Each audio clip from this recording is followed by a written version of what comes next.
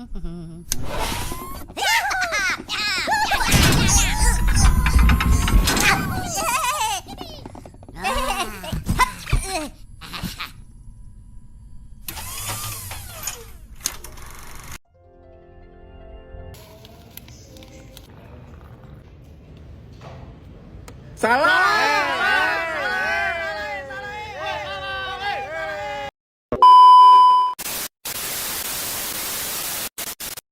few moments later. Assalamualaikum warahmatullahi wabarakatuh. Perkenalkan, nama saya Maulida Nurmilatina Sabrina dengan NIM 21083011053 dari kelas SPI 6B. Untuk mengefisienkan waktu, langsung saja kita mulai. Kepada dosen yang terhormat, Bapak Gumilar Irfanullah selaku dosen pengampu mata kuliah Sejarah Perkembangan Pemikiran Islam, izinkan saya di sini untuk mempresentasikan hasil pembelajaran saya tentang perkembangan pemikiran Islam. Apa itu pemikiran Islam?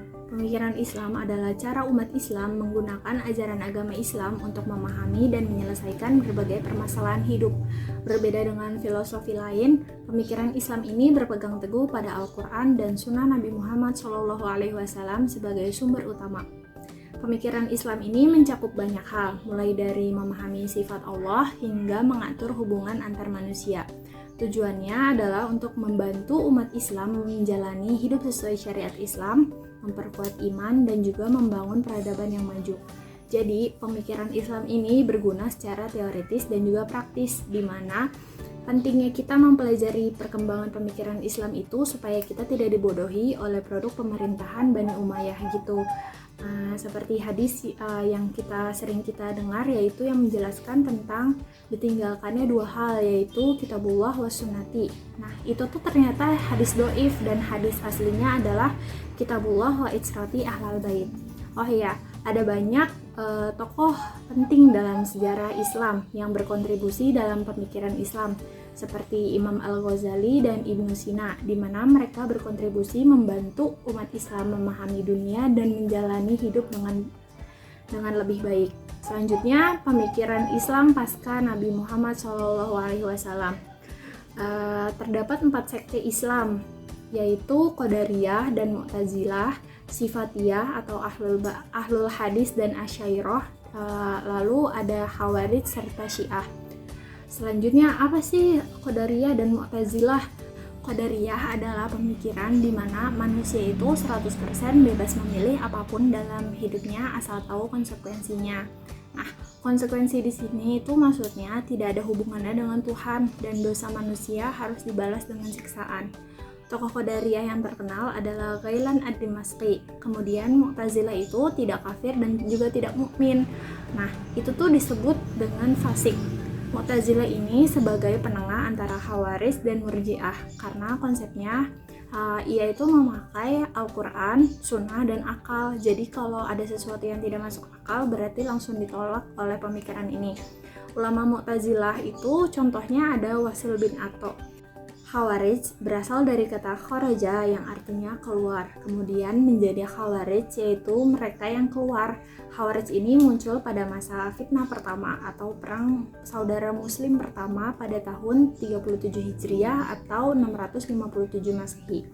Aliran Khawarij ini muncul karena ketidaksetujuan mereka terhadap keputusan Ali bin Abi Thalib untuk menerima tahkim atau arbitrase dalam perang Siffin yang melawan kelompok Bughat atau pemberontak yang dipimpin oleh Muawiyah bin Abi Sufyan. Mereka ini menganggap Ali itu melakukan dosa besar dengan menerima tahkim. Ciri dari kaum Khawarij itu mereka mudah mengkafirkan orang yang tidak segolongan.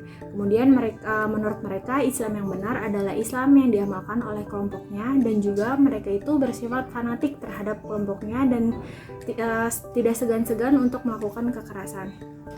Secara garis besar, umat Islam terbagi menjadi 2 golongan, yaitu Sunni dan Syiah.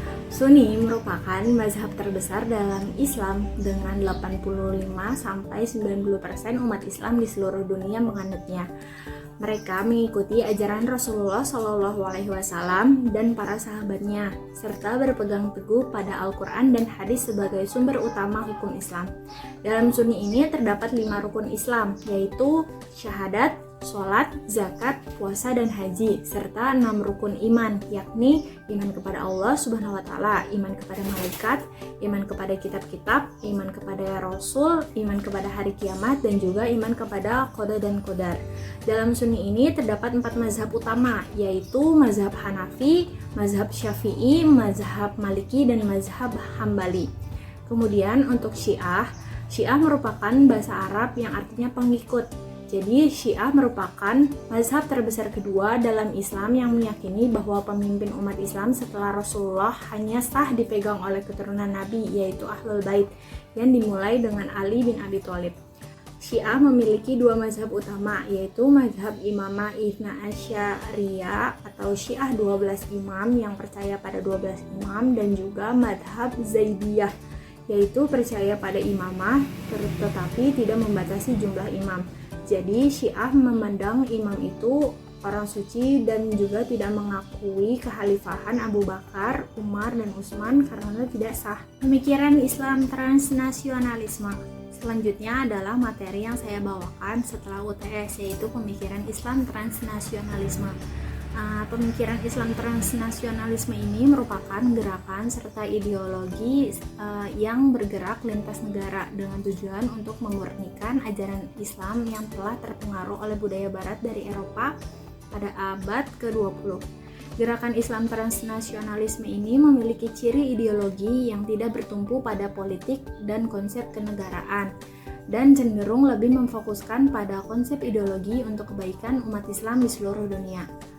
Terakhir, sebelum ditutup, ada contoh dari pemikiran Islam transnasionalisme ini seperti Ikhwanul Muslimin, Hizbut Tahrir Indonesia, dan juga ISIS yang bisa kita lihat di sini.